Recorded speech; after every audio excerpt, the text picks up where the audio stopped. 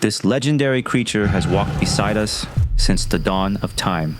They guarded our fires through endless nights. They hunted at our side, shared our battles, and protected our children. They have followed us across continents, through war zones, into every corner of our civilizations. From the wildest predator to the most loyal companion on earth. From wolf to guardian. From wild hunter to best friend. This is the incredible evolution of our four-legged companion, the dog. Around 20,000 to 40,000 years ago, humans roamed as nomadic tribes, wrapped in animal skins, following the seasons, praying to stars carved into the night. Wolves ruled the wilderness, brutal, territorial, efficient. We feared them. We competed with them. We respected them. Then, something changed. Some wolves were smaller, more curious, less aggressive. They circled human camps. At first, humans kept them away. They threw stones, they shouted, they stayed cautious, but the wolves stayed. They barked at strangers. They ate leftover scraps. They scared away predators. So in the frozen silence of the Ice Age, a fragile peace was formed. It wasn't quite love yet, but it was a beginning.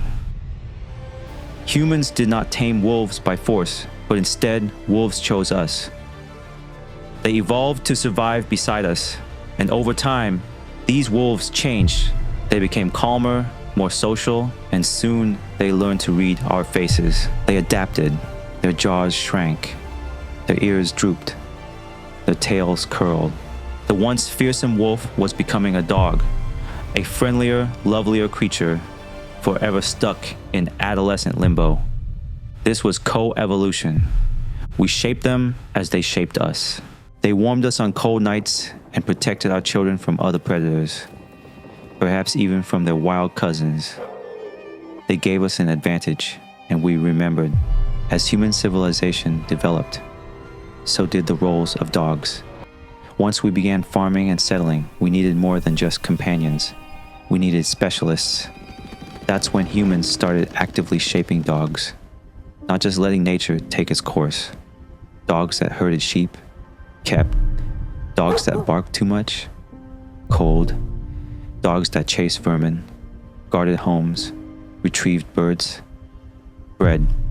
We weren't just keeping dogs, we were inventing them. Over thousands of years, dogs became purpose-built tools for survival and society. The Mastiff guarded Roman camps. The Saluki hunted gazelles for Egyptian nobles. The Akita stood watch over Japanese emperors. The Inuit bred huskies to survive Arctic nights pulling sleds over frozen earth. Every continent, every climate, every culture, dogs were there, evolving right alongside us, adapting to our needs, our environments, and our ambitions. They weren't just survivors. They were co-pioneers of civilization. Fast forward to more recent history, just the last few hundred years, and the dog family tree goes wild. The Industrial Revolution and Victorian era sparked a breeding frenzy in Europe. Suddenly, dogs weren't just for work. They were symbols of status, fashion, and identity. Royalty wanted lap dogs, hunters wanted retrievers, show judges wanted perfection. Selective breeding became an art form and a science. The result, over 400 recognized breeds today, more than any other land mammal. The tiny Chihuahua, bred for companionship, the massive Great Dane, once used to hunt wild boar, the Whippet, built for speed, the Shar-Pei, bred for protection. The Poodle was once a fierce duck retriever.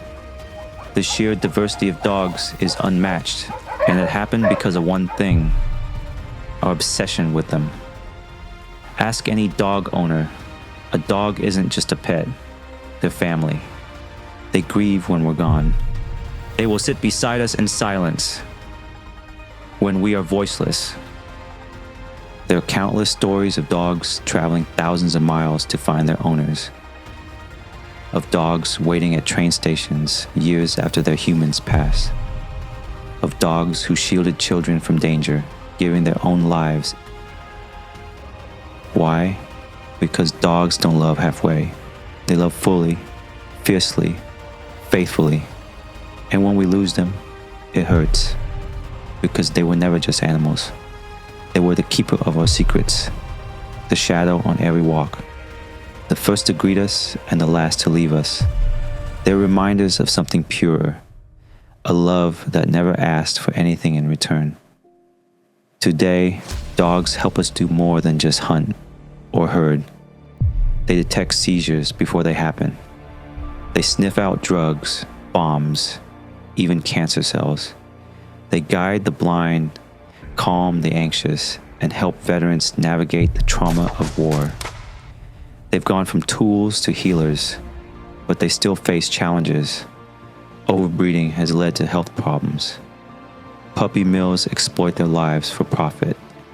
Millions end up in shelters, abandoned, waiting for someone to choose them. After 30,000 years of loyalty, they still depend on us. The question now is not what can dogs do for us, but it's what can we do for them. The story of the dog isn't about fur and fetch and squeaky toys. It's about evolution. It's about partnership. It's about love that predates kingdoms, languages, and even the written word. We didn't just domesticate dogs. We invited them in, and they never left. So the next time your dog lays at your feet, know this. You're not just petting an animal, but 30,000 years of history between man and his best friend. From wolf to woof. That is the legacy of the dog.